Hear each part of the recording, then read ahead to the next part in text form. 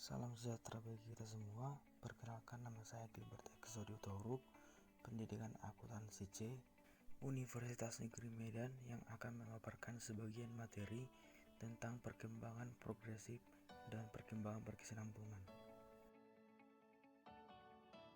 Tetapi sebelum melanjut ke pembahasan, ada baiknya di subscribe, share, dan like agar saya semakin semangat dalam membuat video.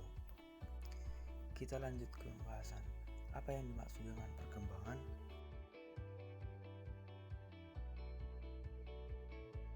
Perkembangan adalah perubahan yang terjadi selama proses pertumbuhan menuju keadaan yang lebih dewasa dibanding sebelumnya, sehingga terbentuk organ-organ atau sel-sel yang memiliki fungsi dan struktur yang berbeda pula.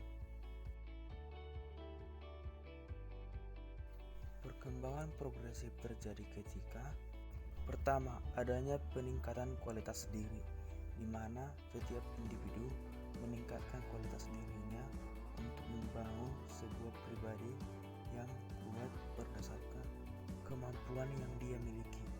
Kedua, adanya perubahan tingkah laku, di mana setiap individu berusaha untuk memperbaiki hidupnya lebih baik ke depannya dengan melakukan hal-hal yang positif. Ketiga, anak-anak menuju kedewasaan, yaitu bahwa setiap individu memiliki perubahan sikap yang tadinya hanya bermain-main, tetapi setelah dia dewasa, dia akan lebih banyak menggunakan waktunya untuk bekerja.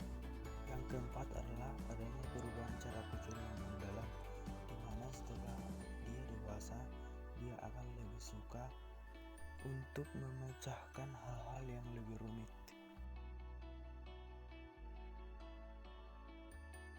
Perkembangan berkesinambungan terjadi.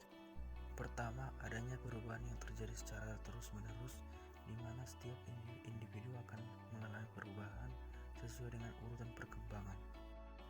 Baru yang kedua adalah adanya urutan perubahan atau susunan setiap perubahan yang berlangsung, di mana setiap individu akan mengalami tahapan perkembangan mulai dari bayi, remaja, dewasa, hingga kembali tua. Yang ketiga adalah adanya stagnasi dalam setiap perkembangan, di mana kita dapat melihat contoh dalam masa remaja awal, maka akan terjadi pertumbuhan dan perkembangan yang sangat pesat dan akan berhenti di fase dewasa awal. Yang keempat adalah tidak dapat lagi kembali ke masa-masa perkembangan yang telah berlangsung. Contohnya seperti remaja tidak dapat lagi kembali ke masa kanak-kanak, dan masa kanak-kanak tidak dapat lagi kembali ke masa bayi.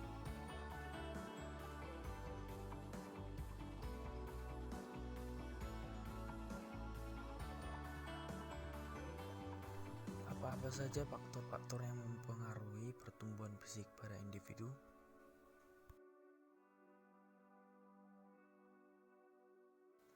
Pertama adalah pengaruh dari keluarga, di mana setiap anak dari keluarga yang dominan tinggi, maka anak tersebut akan bertubuh tinggi.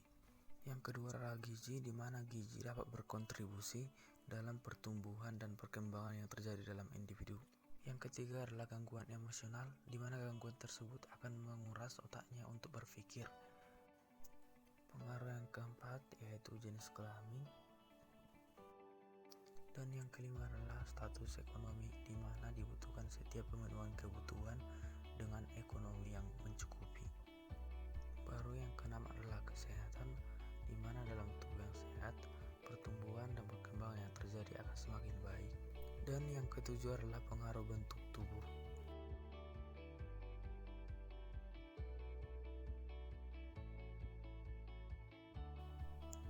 Baru, apa-apa saja faktor yang mempengaruhi pertumbuhan emosi?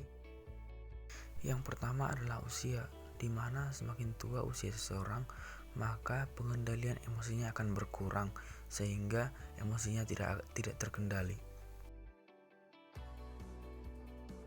Yang kedua adalah faktor pertumbuhan fisik dan kelenjar. Yang ketiga adalah pola asuh orang tua, di mana setiap orang tua harus mendidik anaknya dengan lembut dan tegas. Yang keempat adalah pengaruh lingkungan, di mana jika kita tinggal di lingkungan dengan tingkat kriminalitas yang tinggi, maka kita akan terpengaruh dengan kekerasan. Tetapi jika kita tinggal dekat lingkungan rumah ibadah, maka kita akan terpengaruh ketenangan dan ketentraman yang ada di dalam lingkungan tersebut. Yang kelima adalah jenis kelamin.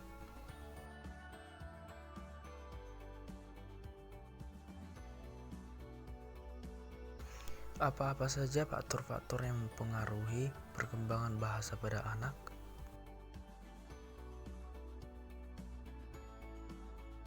Yang pertama adalah umur, di mana umur digunakan sebagai acuan untuk menunjukkan kematangan anak tersebut dalam melakukan suatu hal, baik berbicara, berjalan, dan melakukan hal lainnya.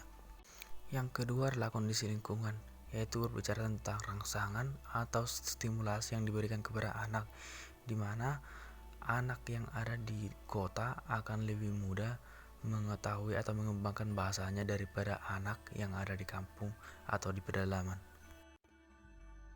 Pembahasan yang ketiga adalah kecerdasan anak, di mana hal yang terpenting dalam kecerdasan anak ini membahas tentang gampang mudahnya si anak dalam menerima bahasa yang diajarkan atau yang didengarnya. Yang keempat adalah status sosial ekonomi keluarga. Dan yang kelima adalah kondisi fisik.